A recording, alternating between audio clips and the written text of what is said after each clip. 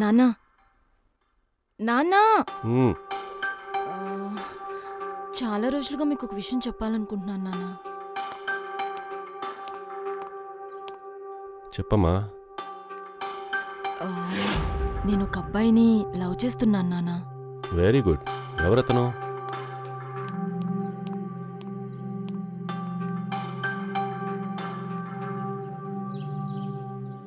ఏంట్రా ఏమైంది అలా ఉన్నారు?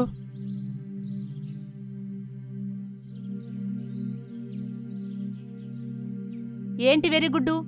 అమ్మాయి ఎవరినో లవ్ చేస్తున్నానంటే మొహం పగలగొట్టాల్సింది పోయి వెరీ గుడ్ నైస్ అనే అంటున్నారు. అదేం చిన్నపిల్ల కాదు. మంచేదో చెడేదో దానికి తెలుసు. ఆ ఇలాగ ఆరాపం చేసే ఎవరినో లవ్ చేస్తున్నానని చెప్పే స్థాయికి తీసుకొచ్చారు. హ్మ్. నువ్వు చెప్పమ్మా.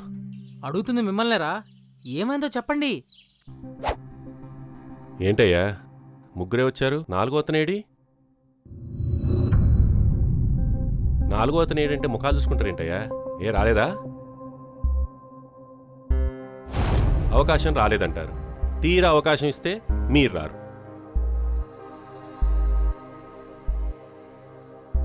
లేదు సార్, ఏదో వర్క్ మీద వెళ్ళాడు, వచ్చేసాడు సార్.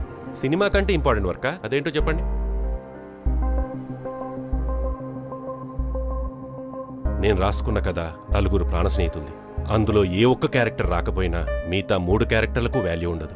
అందులోనూ ఆ నలుగురు ప్రాణ స్నేహితులు రియల్ లైఫ్లోనే కాకుండా రియల్ లైఫ్లో కూడా ప్రాణ స్నేహితులైతే ఇంకా రియలిస్టిక్గా ఉంటుందని మీ నలుగురిని రమ్మన్నాను.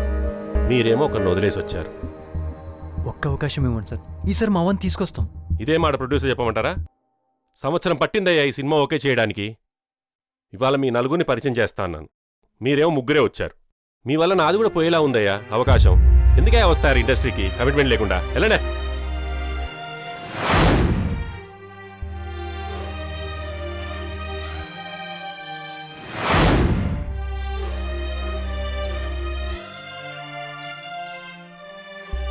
కమిట్మెంట్ లేదంట.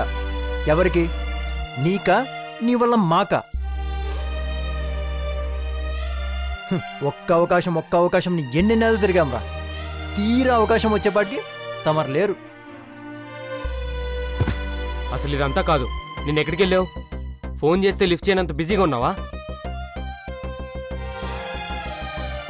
నిజం చెప్పు, నిన్నంతా జానుతూనే ఉన్నావు కదా. నీకు ఆల్రెడీ చెప్పాను కదరా, ప్రేమించిన అమ్మాయిని మనసులోని తీసేయడం అంత ఈజీ కాదు అని.